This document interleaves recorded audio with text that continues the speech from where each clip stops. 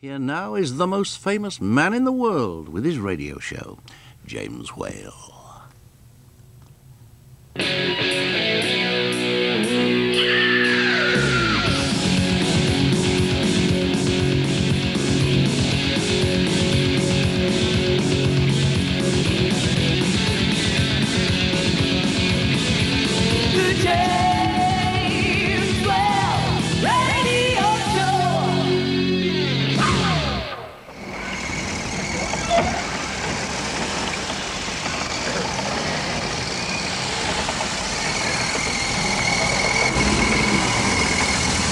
Pretty neat. I always wanted to be in Hill Street Blues.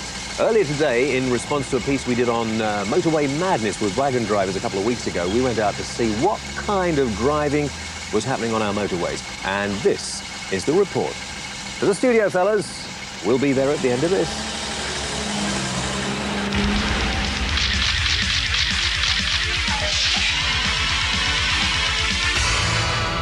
Whaley goes to town.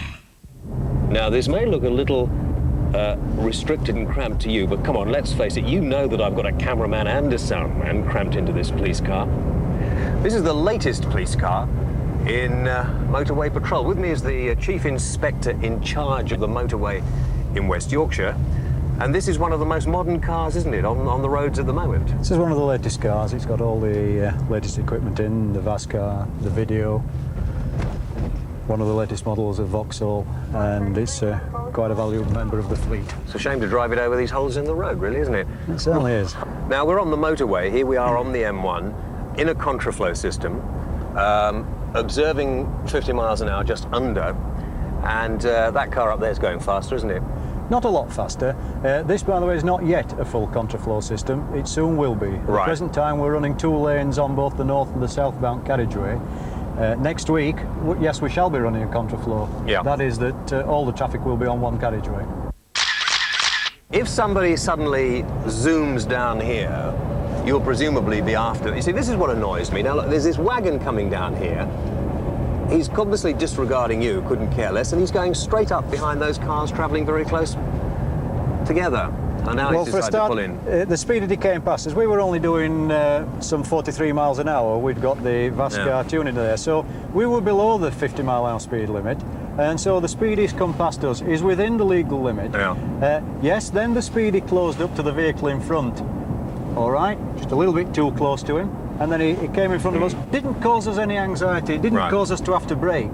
Now, yes, we share the concerns of those members of the public who are cut up by a vehicle, whether it be a goods vehicle or a car, and that would be the sort of driver we would want to provide some words of advice to.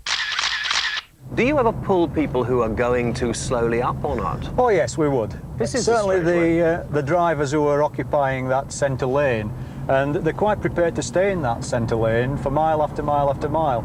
And of course it causes frustration for the traffic using the road. Yeah. It invites people then to try a dangerous manoeuvre of overtaking on the near side. Yeah. So again, advice from the police, lane discipline. We want that driver, use the near side lane when it's clear, use the other 2 lanes when you wish to overtake. This for me is a boyhood dream come true, you know, travelling in a fast police car. Alas, you've already said I can't breathalyse anybody, but I mean, do you enjoy, I mean, if you see somebody and you're after him, I mean, is there enjoyment in the sort of getting somebody and sorting them out for being dangerous or breaking the law? I wouldn't use the term enjoyment. It's we're dealing with people's lives out here, so it isn't a case of enjoyment. There is a job that has to be done, and our officers try and do that in the most professional manner. Sympathetic both to the needs of the driver, sympathetic both to the needs of the other road users that we're dealing with. This is the bit I like, where you stick the police car up there, so it frightens the hell out of all the people coming this way, and they bang on the brakes and the other way, and you can see them. Chief Inspector, thank you very much indeed. This is freezing my nuts off now, I must admit. This is a very windy and very cold part of the country to be in, right over the M1. And with that, as they do at News at 10, we hand you back to the studio. 46 1000. James Whale. OK, go on. Right, put it on. Thank you very much indeed. Lovely. Welcome to the programme. Whaley is on and running. And do you know, it has occurred to me that they're never that reasonable when they pull you up. Have you noticed that, fellas? Yep. They're never that reasonable. Such a reasonable policeman. I hope he's the next one to stop me. Anyway, welcome to the programme. If you have any views on driving, people's driving habits, I consider that you could improve the driving habits of this country by 50% if you stopped women from driving. Now that's good, isn't it? I think that's just, no please, I think that's probably the answer to all the problems. I noticed a bit in the papers actually here that it's settled women drivers are better, but that's only because they swerve in front of all the men and cause us to have accidents, you see, because we're gentlemen and we don't want them to have accidents. But if you have any views on driving, serious or not so serious, give us a ring now. You know the number? It's Leeds, which is 0532. If you're outside the area, don't forget the code 0532 46 1000. But first, a little music, as promised at the beginning of the show. Here we go. This is When in Rome and The Promise.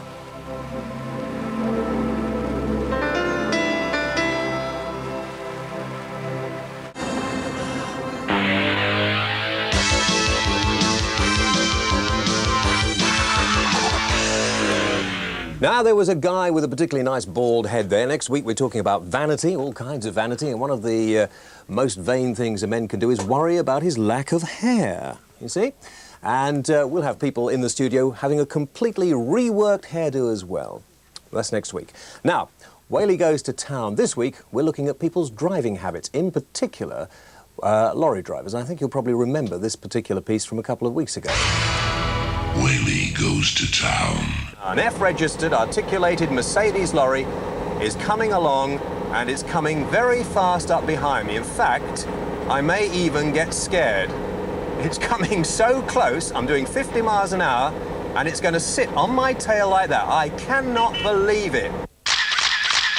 Now, after that filming, Christian Salverson begged us to give them the right to reply. Being good boys, of course, we duly did that, and we went out filming with them. This is what happened. Which one do you press? Here we are. Press the send. Send. The top right corner. Hello? Yes. Yes, mate. Where are you now? We're just approaching the 62 now, the 621. Well, I've just had my testicles ripped off. My staff telling me I've not got the authority to do this clip. Can you turn back to the studios and ring me from there? Certainly, mate, certainly. All right. I'll find the next turn off, John, and turn round. Well, it's not surprising the drivers have so much trouble if their management can't get it together. Well, seeing that Christian Salverson bottled out, we've come to Associated Dairies. I've got my yoghurts. No Yorkie bar, but yoghurts. We'll go. Hiya! All right, Jim. Right, let's hit the road. Now, Neil's been driving for about 12 years or so. Approximately, yeah. Approximately 12 years. And we're going up the M621. You must get really pissed off, to be quite honest, with some of the car drivers and their antics. What sort of things happen to you? Oh, we get a lot. You see, heavy goods vehicles are only allowed in first and second lane. Yeah. And you get a lot of people that just stay in that second lane all the time. Uh-huh.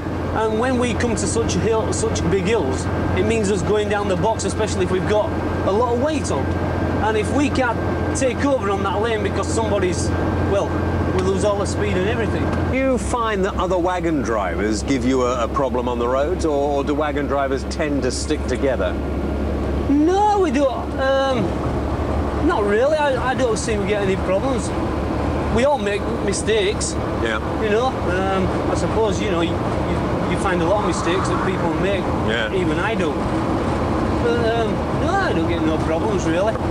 Do you ever get into race situations with other wagons or not? Oh, no, I won't, no way would I do that, James, because there's a tachograph in there that tells everybody what sort of speed they're doing. Uh-huh. Now, I do over speed limits, and the company disciplines me. Yeah. Or what they do is give you a warning, Yeah. because they can tell exactly what sort of speed you're doing. What are we doing at the moment? You're doing about 55. Have you ever had an accident on the motorway? Never on the motorway, no. Do you think But then about the again- poor old people in the cars who don't have much of a chance when you make a mistake, or maybe you're not watching for them to make a mistake? I would always think of them, but sometimes you can't. There's problems that you cannot avoid. 461000. He's waiting for your call now. Now, funny thing is that every time you go out with a film crew, everybody's so reasonable, aren't they? Now, you may feel differently. Leeds, which is 0532 if you're outside the region, and the number is 461,000. Any views on driving, or anything else for that matter, give us a call now. We'll be back in a few moments.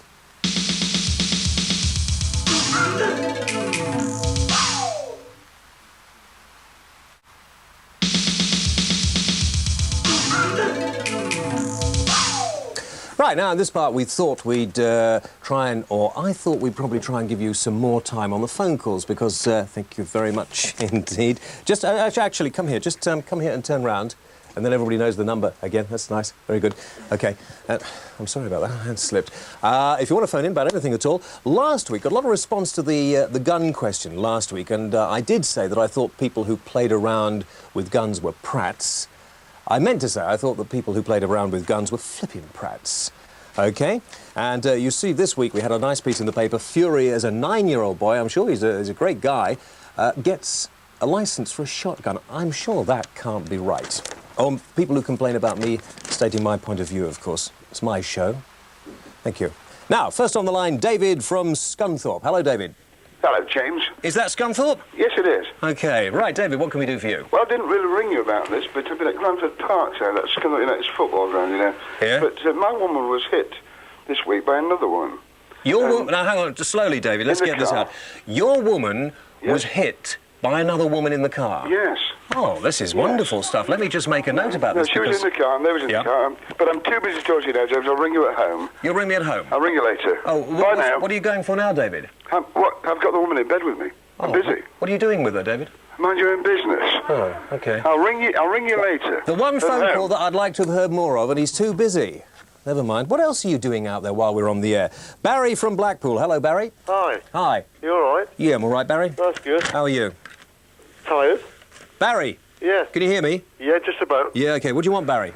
Well, I want to see a bit more action on it. A bit more action on what, Barry? Your show. What sort of action? You say all these young ladies, you know, jump about. Jump about? You know. Yeah. Come here. OK. Barry, this is Donna, terrific. Right? Do you like her? Yeah. Very nice. Smile, curtsy. Bit more movement. Very nice. Walk around, back and forth. How's that? Magic. OK, anything you want, Barry. Magic. Well, he fixes it. Now get off. Right, let's talk to Phil, who's in Dewsbury, which is in Yorkshire. Hello, Phil. Hello there. Hi. Hi. What I wanted to... the point I wanted to put to you, James, is that with the amount of accidents that are caused on the road by traffic in all forms these days, don't you think that the media could do a lot more to educate people? Like what? Well, in all the time I've been watching television, no one's ever produced a programme to educate drivers. Well, do you need educating? Are you so stupid as you really don't know the rules of the road? I can't believe that. What sort of programme do you need on the television to tell you how to drive sensibly? That's ridiculous. Go away. Dave from Cambridge. Hello, Dave. Hello, James. Hello, Dave. Well, how are you? I've got a couple of quick questions for you. OK. Is it piddling with rain in Cambridge? No, it's Peterborough, actually. Well, here in Leeds, in the centre of the country, it is absolutely persistently outside. Right, Dave. OK, firstly, do you think a new legislation should be brought out to ensure that drivers of company cars are fitted with restrictors? And secondly, can you also tell me why I've got a crappy old Cliff Richard film on the TV instead of your programme? Where are you watching us? Cambridge, Central TV. Under Central. Yeah, you better get in touch with Central and tell them I was not pleased, OK? Right, what about the sales reps? Dave, I think that actually company cars are a bad thing, because if you give somebody a car, they don't treat it as if it were their own, do they? They hammer it along the motorway. So if I was in power now, David, I'm glad you asked me this question, first of all, I would actually scrap all company cars, make all salesmen and travellers buy their own cars so they took more care of them. Thank you very much indeed. Now, can we squeeze? No, we'll do some more a little bit later on. Thank you for the calls. Keep them coming in. But I think now it's probably time for the letters, OK? Wales Mail.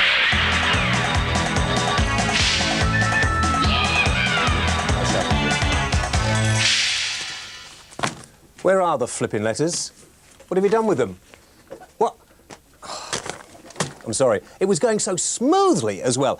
I'm going to have to pop into the office and get the letters and things, so don't go away. I'll tell you what we'll do. Whilst I've got some new people on the show tonight. A couple of lads just started off in the business, and they said, James, could we come on your show? Because, you know, it would help us get a lot more recognition. They're not bad, are they? They're not bad. And I'll pop next door and get the letters. I'm not sure about the name because they're calling this. I said Moody is not a good name. I mean, it's not. It's a little risque, really. But here they are. See what you think, ladies and gentlemen. The Moody Blues. 3, 4. Hey.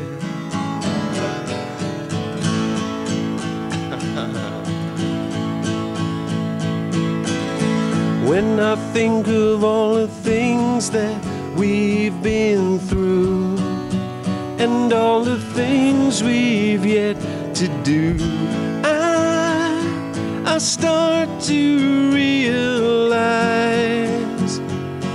without you by my side, the world is such a lonely place.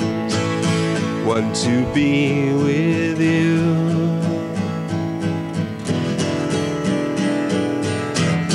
I remember all the heartaches we have known, the angry nights when we were lonely, the jealousy and pain.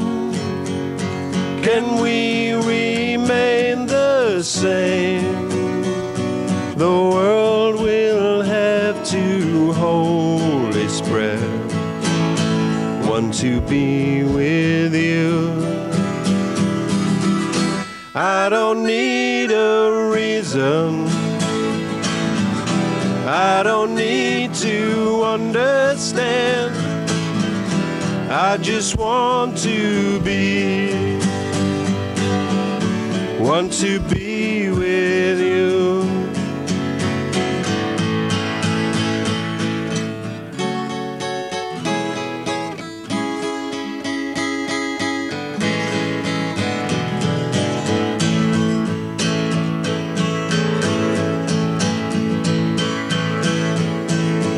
And when I look back down that road, I see the turnings that we both made, the choice we had to make, the promises we break are nothing more than memory.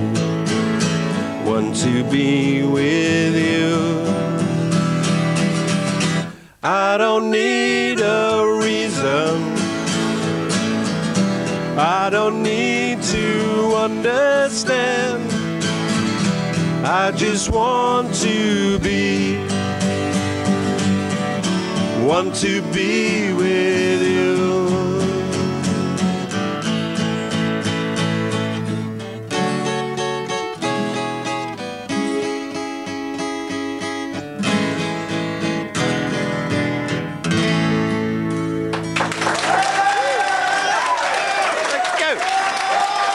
Thank you. Wasn't that good? Oh, you have to do it yourself, don't you? Flipping heck. I don't know. Ah, here they are. Right. Well, I suppose as we're here, we may as well do them here. What's this? Ken Lawrence, the Apollo Pistol Shooting Club, Merseyside. Going back, of course, to last week's programme, we've had more mail about that than anybody else, or anything else. It says, I think you should show how a person has to fulfil all the different criteria to obtain a firearms certificate. It goes on and on and on. Of course, we've seen this week a child of 9 can get a firearms certificate, so I don't really see how you work that out, Ken. Do you? David Vaughan Williams from Stamford says there are no such things as accidents, black spots or dangerous roads, and it's time there was some action from the Department of Transport with proposals for a proper driving examination which includes thorough eyesight, medical aptitude, a full range of driving and written tests. Oh, David, I'd never be able to drive. And Mrs. Swindells from Stockport says, if I had my way, goods, etc., would be forced to use our railway and juggernauts banned from our roads. But what can can we drivers do? Find a police station and spend hours form filling, reporting the offence, etc., etc.? Quite right. And from Julian Marshall, Abingdon, the hired HGV vehicle drivers are the worst. I feel that all HGVs should be banned as their cargo can quite easily be transported in a much safer way. And from Mr. G. Stanley Darwin in Lancashire, he says, I think you should run a competition on your programme entitled Arctic of the Week, based on the number of times these vehicles break the speed limit. Very nice, good idea, isn't it? And there are many, many more. Here's Bob Snowden from Carlisle. He says, firstly, you've already broken one of your New Year's resolutions, i.e. Donna did not wear any less on last week's show than she usually does. I know, I'm having more problems with Donna than I thought, but I will crack it if it takes the whole series. Please rectify that at once, he says. And from Vince Tidesley in Birmingham, he says, I'm 10 years old, and I watch your show when my dad is asleep. As he says, you're very rude to people when they phone in. But still, he says, I like the programme. You should be in bed. Thank you very much indeed for the letters. Next week, we'll get them in the studios, and I've got the length of this jingle to get back there. So wish me luck.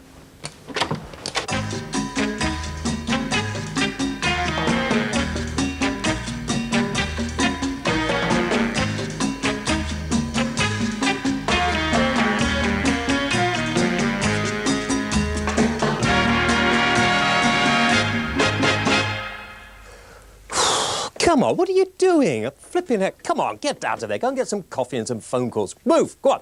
Flipping it. Why don't you knock everything down? Why don't you knock the whole lot down? Go on.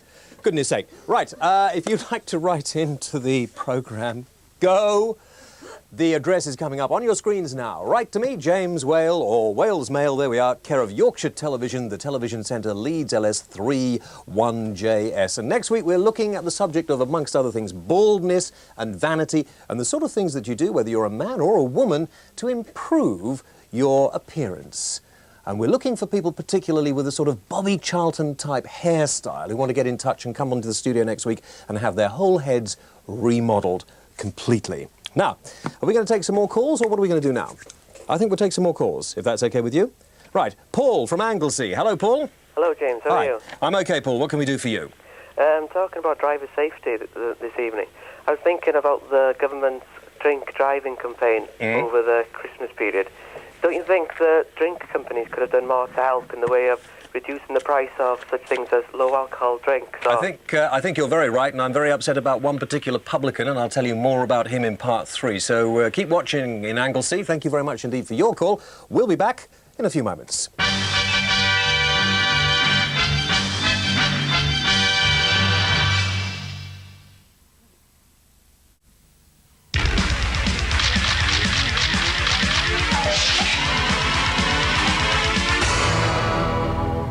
Ladies and gentlemen, welcome back to the James Whale Show. And here we are in the auditorium. It's very nice. And may I say thank you very much indeed to my friends for the neon sign, whose names I will try and fit in and mention a little bit later on. It's rather nice.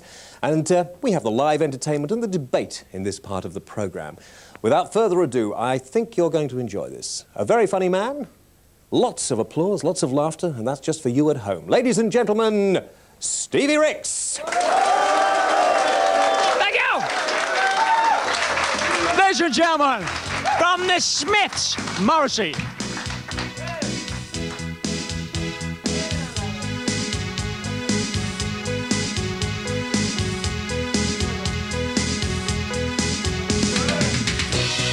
Every day I'm like a zombie.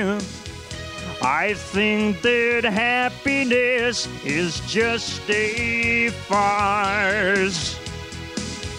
I spent 12 months of every year being morbid. I walk around with a face like a smack does. The Pet Shop Boys!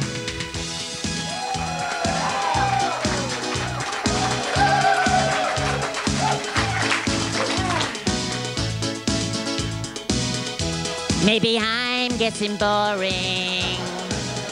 Then again, maybe I'm wrong. Little kids, they seem to love us both. They must be deaf as well as blind. I will be always on your mind. A voice this bad is hard to find.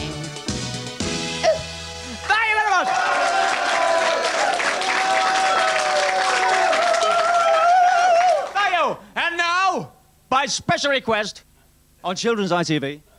It's time for the one and only. Oh.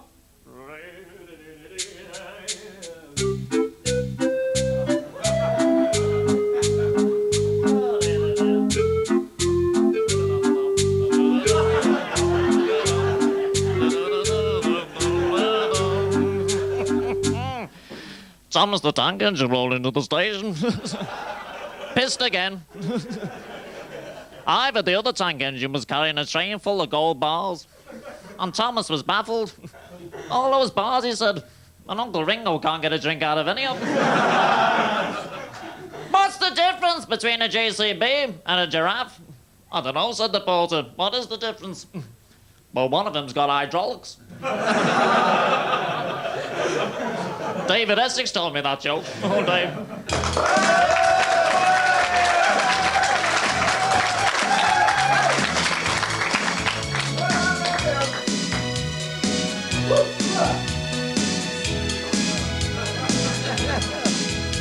But who is the Santa Peter? Why all this howling hysterical sorrow? What kind of goddess has lived among us? How will we ever get by without her? Oh no.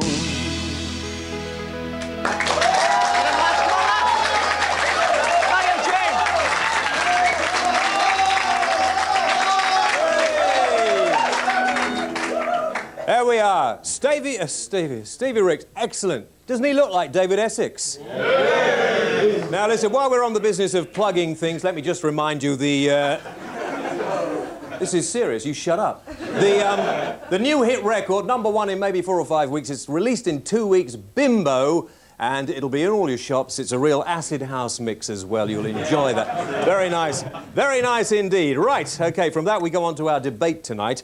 And this is all about driving, people's driving habits. Let me move that over there and come over. I have had a few complaints about my rather tatty clipboard, and I'll perhaps be talking about that a little later. Now, Graham Buxton is here with me, and Graham is the founder member of CAD. Is that right, Graham? That's right, Just yes. explain to us why you started CAD up and what it is. 6 years ago, Christmas just passed, I lost my daughter killed by a drunken driver. We took the view as a family that we could either sit back and just let it happen to others or try to make some good come out of bad and stop it happening to others. So we decided to form this organisation to help other victim families primarily, but mainly to try and discourage drivers from drinking when they are going to drive, in the hope that we will save some lives by so doing. Do you think that people who drink and drive get off far too leniently at the moment? They do. When you consider that the penalty for drink driving can be 6 months imprisonment, a £2,000 fine and a life driving ban. Last year, for example, the average penalty was just over £100 with a 12-month driving ban. So why don't people wake up to this, Graham? I mean, why don't we have maybe, like in Scandinavia, a statutory prison sentence that people have to do if they're convicted of drinking and driving? Why don't we do something really quite harsh and ban people for life? Tragically, and I have to say, probably we felt very much the same. Until it really hits you, you don't know the significance of losing someone in this way. And when it is so trivialised by the courts, it makes that grief very much more aggravated. Yeah. You see, the thing that really annoys me is we've seen this week, haven't we, some people sent down for a while, I'm very glad to say, for racing along the road, and the end of that, somebody was murdered. It was a tragedy. I mean, the word murdered should have been used, shouldn't it, really? It should. We say that if someone goes out and gets drunk, it's a deliberate act, and if they do so knowing they're going to afterwards get into a motor vehicle, they must intend the consequences of their actions. What sort of prison sentence would you like to see for people like that? Well, people who kill whilst drunk at present can be sent down for 5 years. That is the maximum penalty and banned for life. Ridiculous. Absolutely. Very rarely is such a penalty imposed. At the most, usually it's 2 years, and that doesn't reflect the seriousness of what had happened. I wonder if there's anybody in the audience tonight who would admit if they've been done for drinking and driving. Has anybody here ever been breathalyzed? No. Nobody's been breathalyzed? I've been breathalyzed, but it was negative. Who's been breathalyzed? Yes. What, do you think that? Do you have any views on people who drink and drive or not? Well, yeah, it's disgusting, isn't it? You know, but people tend to brag that they're not ashamed of drinking and driving. They're just ashamed if they get caught. They brag that they were drinking and got away with it. But it's when they get caught that they're ashamed then. Are you a driver or not? I'm a driver, yeah. What do you do? A wagon driver? Well, I've got an HGV. Yeah. But I mean, I say I were breathalyzed, I were well under, but it unnerved me, you know. OK, guy here who's putting his hand up. You want to go to the loo or what?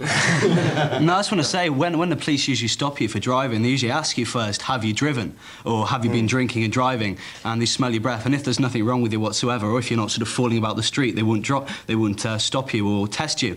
Because I think basically they're not bothered about the paperwork, really. That's the situation that I seem to find. Because I know friends of mine that have been That's a lot stopped. of rubbish. I mean, that is basically a lot of rubbish. Because I've been stopped a couple... I mean, I drive around late at night. I've been stopped quite a few times, breathalyzed very often, and luckily it's never been positive. Yeah. But, I mean, always breathalyzed. Yeah, but I've found if you apologise to the police and say, no, I haven't been drinking, I really haven't been drinking, I had one very, very small drink at the beginning of the evening. Well, you must meet some very thick policemen, because I would have thought, if I was a policeman, I would have breathalyzed you straight away. Thanks, James. Now, there's a gentleman down here. Now, you, sir, basically, I'm disgusted at people's driving habits. Apart from me, and maybe some of you at home, the rest is crap, isn't it? Basically, people on the roads are crap. Now, Well, in fact, you're actually right. You really are. Oh, thank you very much. It just so happens. Anyway, no, seriously, what the problem is that most drivers in this country are accidents driving around looking for somewhere to happen. They don't even know it's happened. But look at the accident forms. You are responsible because you are a driving instructor. I am responsible, but guess who authorises me? Who? Your bloody Department of Transport you're talking about. They tell me how my standards are, and it's bloody awful. My Department of Transport? Your department. You were proudly saying a few moments ago it was all your fault. You voted it for him, not me. In that case, I'm going to have to go back to the ministry after the programme and rethink the whole thing. I'm very pleased to hear it, because they don't listen to me, and yet they came along and opened my school. Why is it, then, that driving... I mean, first of all, you get a driving instructor. He takes the person out on the road. That's right. They're doddering around. They're getting in my way. I've got important business to do. They're getting in my way, causing us to... Surely you should begin to teach people driving off the main roads for a start. In actual fact, a good driving instructor nearly does that. When I say nearly, because unfortunately, you won't provide the money. You're not interested. You're interested in killing 5,500 people a year. Yet we get... You're interested in 375,000 people injured of it, and 6 million, and you won't give it to us. 1 minute. You can have some of it. If I had it, you could have it. But I doubt it. Everybody... I doubt it. Putting your money where your mouth is. Let's see your cheque. No, you were right first time. the thing is that, you know, there are a lot of people getting very upset, quite rightly, over the recent air crashes. Yeah. The amount of people killed on those recent air crashes is an awful lot fewer than the people who were killed last year on the roads. Absolutely. For example, if you dropped an atomic bomb on Bradford tonight, do you realise the 5,500 people you'd killed, and the 375,000 you injured, and the 6 billion it cost, is the cost of road accidents in this country? Yeah. You'd stop driving tomorrow if that happened. Right, hang on. Graham, let me come back to you. There's a landlord. The landlord, we mentioned him before on this show, and I just want to mention him again, really. What a pillock, you see. That's one of my favourite words at the moment, because it's not as risque as some of the others. Now, recently, the landlord of the Royal Oak in Pirbright, Mr. Jeff Walkin, refused to serve a young girl who wanted a non-alcoholic drink. Now, the landlord down there at the Royal Oak in Pirbright said that he'll not serve a round of drinks that consists only of non-alcoholic drinks. Those consuming are a waste of space, and he doesn't want them in his pub. Have you ever heard anything so ridiculous? What do you think? I would say... I'm with you. He's really not fit to be a landlord. He cares little for the safety of his customers if he adopts that sort of attitude. I've had a similar experience where I was charged more for a glass of orange squash than I was for half a pint of beer. And that is quite ridiculous. And such landlords want exposing, and they want kicking out of the business. One last word from the man whose fault this all is. Yeah, one of the big problems is we can't get across this message of drinking and driving because people don't believe us. In 30 it's seconds, a nice, easy thing. Into the camera, 30 seconds. Yeah, and tell sorry, her. you know very, very well that that lady said, the courtesan, she said, what about drinking and driving and men? And she said, it improves the imagination, but it done half dull the performance. And there they are doing it. Very good. Thank you very much indeed. OK, now, if you have any more views on this subject, you can give us a call. Leeds 46 1000. We'll be back after the break. I think that was... James Whale. The James Whale Radio Show. George Formby doesn't fit with heavy metal. Champagne doesn't fit in an old tin kettle. But whenever there's a snap gap, Twix fits. You wouldn't fit a pram with an in-car phone. A chihuahua can't bury a dinosaur bone. But whenever there's a snap gap, Twix fits. So when things are too small or too big to bite, one thing fits just right. Because Twix has shortcake and caramel, plus delicious milk chocolate, and there's 2 as well. So whenever there's a snack gap, Twix fits. Whenever there's a snack gap, Twix fits. Hey, if we'd have bought at Lampolly, we'd have saved £30 on our holiday. Get away. Table 4. They get £60 off their holiday with Lampolly. Get away. Psst, these two got £100 off their holiday with Lampolly. Get away. Yes, at Lampolly we discount every holiday we sell with only £20 to pay now. Get away. Get away for less with Lampolly. Eye of newt and toe of frog, wing of bat and tongue of dog, and 3 spoons of sweetener. That'll taste disgusting. Some sweeteners won't cook at high temperatures, but Sweetex uses NatriBlend, so all your cooking tastes wonderful. Still needs a little something. Sweetex. Now you can have your cake and eat it.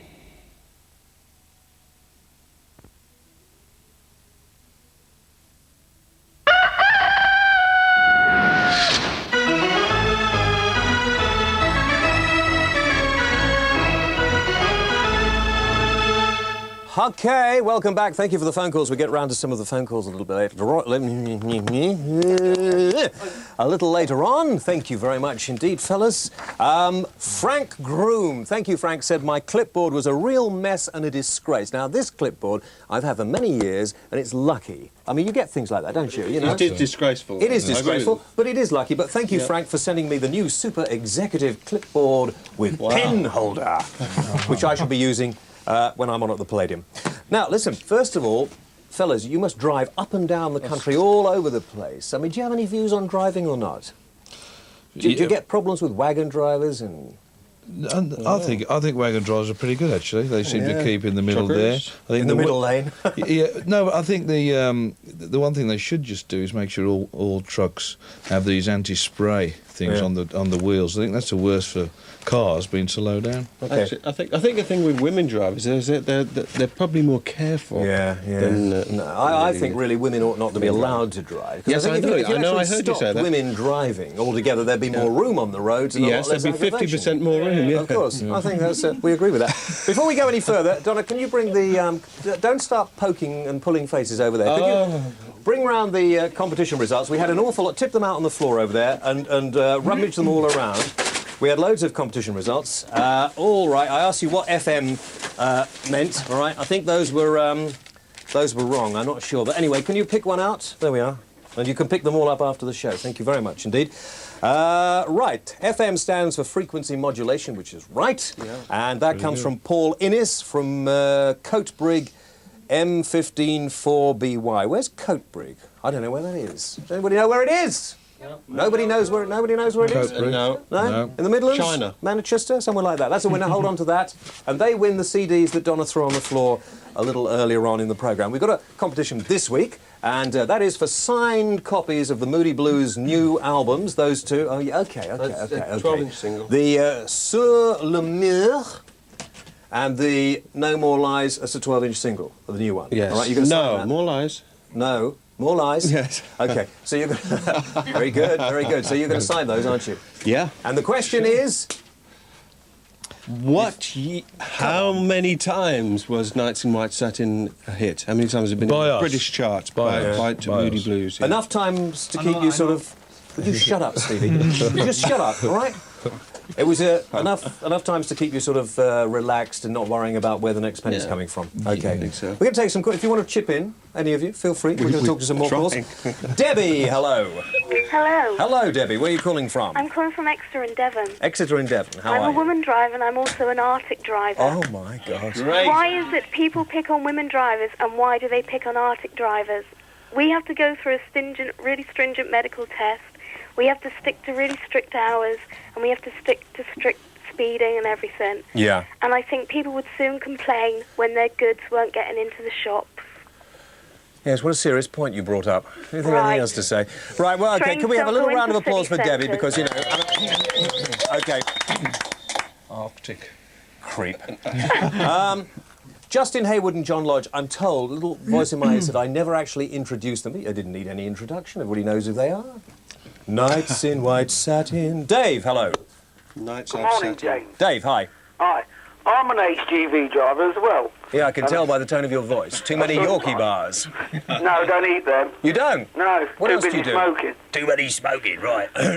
I'd like to tell you what really gets me on the motorway. Yeah. And that's those prats of a car driver with the fog lamps on in the rain.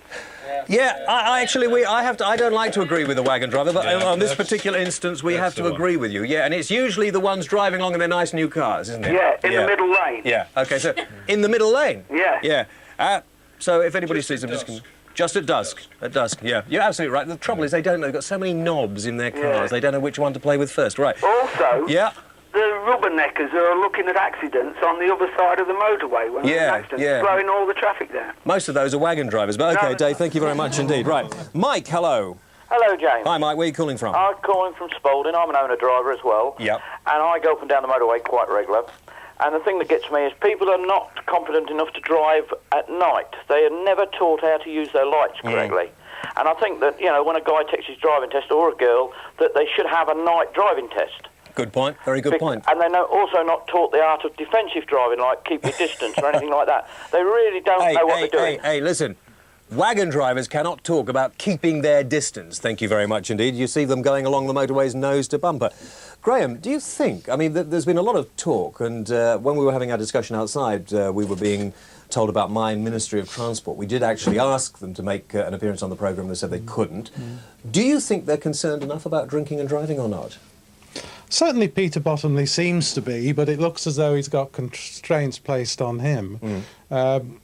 They do a lot of talking, not enough action. You see, in Australia they had this random breath testing, which they say has worked wonderfully, but nobody wants to bring it over here because the police say, well, they have the powers to stop people if they want anyway. Yeah, well, they've only got the powers to stop. They haven't got the powers to take a breath test. In But they Australia, it's just interesting this. I did meet up with the Commissioner of Police who introduced it over there, and he said the first year the reduction in overall deaths was 30%. If you were to relate that to the 60,000 who've been killed in this country over the past 10 years, we could have saved 18,000 lives if this had been done 10 years ago. OK. Stevie? Yeah? Sit up straight. Get a shot of him. You know, come on, this isn't New Faces. Listen, I When just... you- what? Can I just go and get me Blue Jays album? Because I knew they were going to be... I wanted to sign it. Have you got it out in the dressing room? It's in the boot in the van. Yeah, sure, you can go and get Can I go and get it? Yeah, okay, okay. You don't mind, you fellas? You know, it's nice, isn't it? It's nice. Yeah, because you had to put up with Nina Mishkov saying all sorts of nasty things about him. A little more music, I think. You don't mind, you? A little more music. Okay, here we go. This is rather good. This is actually Then Jericho and their new video. This is beautiful. Listen to this. It's called Big Area. Then Jericho. After the show, if you don't mind, all right? Yeah, After the show. fine, James. He brought it in, look. He's got his Justin Hayward, John Lodge, Blue Jays album. You thought he was joking, didn't you? Right, hold on to that, OK? Thanks, James. Great, you're going to enjoy this.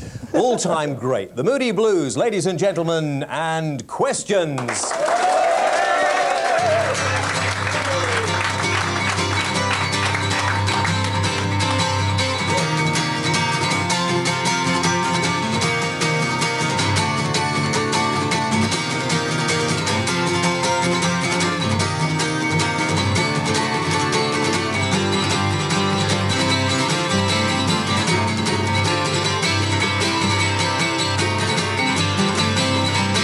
Why do we never get an answer when we're knocking at the door?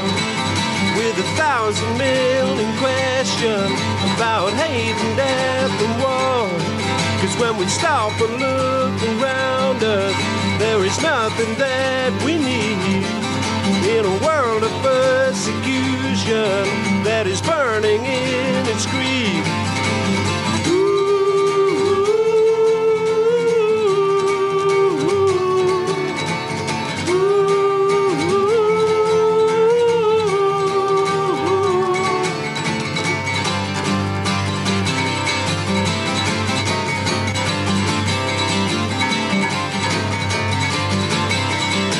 Why do we never get an answer when we're knocking at the door?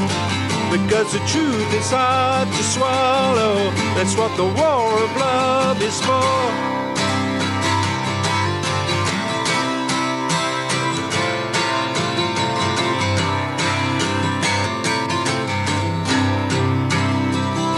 It's not the way that you say it when you view those things to me. It's more the way that you mean it when you tell me what will mean. And when you stop, think about it, you won't believe it's true that all the love you've been giving has all been meant for you. I'm looking for someone to change my life. I'm looking for a miracle in my life. And if you could see what it's done to me, to lose the love I knew, it safely lead me through.